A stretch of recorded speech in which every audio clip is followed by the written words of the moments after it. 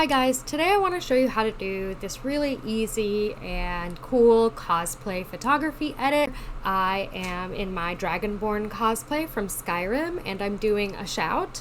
So I wanted to add these shockwave effects coming from my mouth.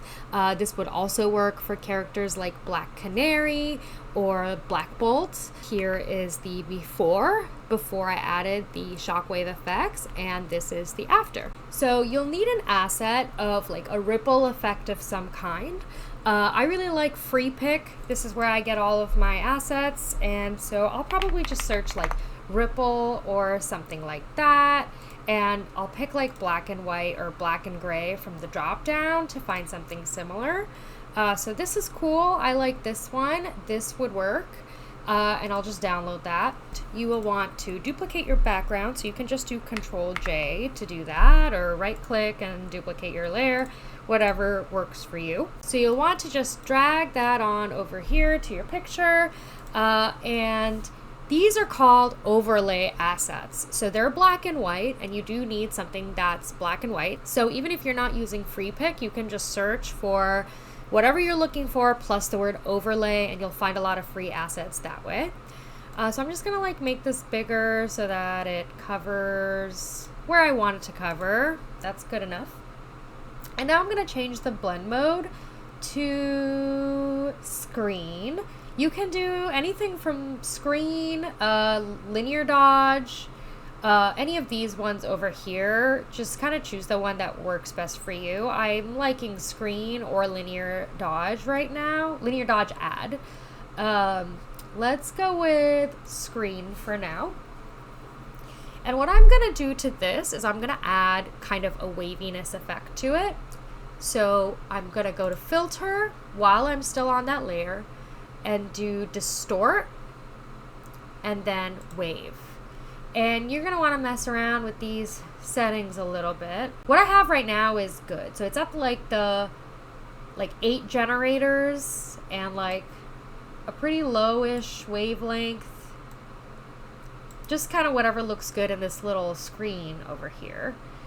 And you want it to be sine type, and you're going to hit OK. So that gives it that wavy effect. And now I'm going to add one more filter. You're going to go back to the filter menu. You're going to do blur and then radial blur. And I'm doing about 5 or so. And I'm actually going to do spin.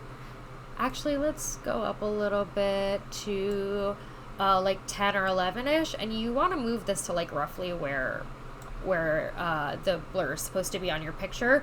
And you can edit this later because it's a smart filter. You'll see down here that the wave filter is already down here and it's editable. So I'm gonna hit OK.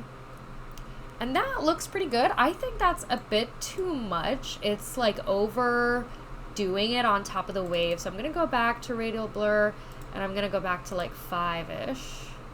Yeah, that looks better. Maybe I'll do 7. You kind of just want to do what looks best. Okay, yeah, I like that. Actually, you can adjust the opacity here too. So maybe around 75% transparency. Looks pretty good to me. So now I'm going to do one more effect. You want to go to the layer that you duplicated from your background, and you're going to add another filter here. First, you want to turn that layer into a smart object. So you're going to right click on it and go to convert to smart object. And that way you'll be able to add these filters as smart filters that you can edit again later.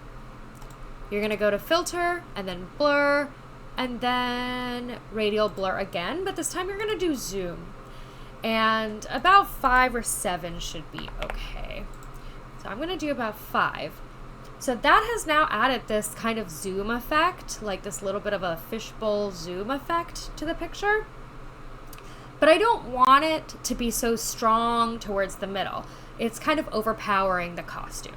So when you add this smart filter, it already adds a mask for you. You can see the mask over here. So you're going to click into that white mask.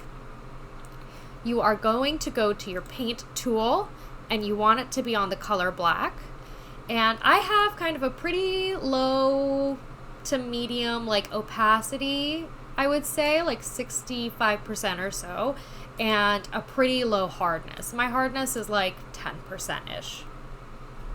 And you're gonna start painting over here to cover up that mask and have less of that effect around your costume. That's it. You can play with all of these smart filters, the opacity, the masks to kind of get it to be the look that you want. I will end the tutorial here. I hope that this was helpful. Do let me know if you want to see more cosplay Photoshop effect tutorials like this one. But I will see you guys next time.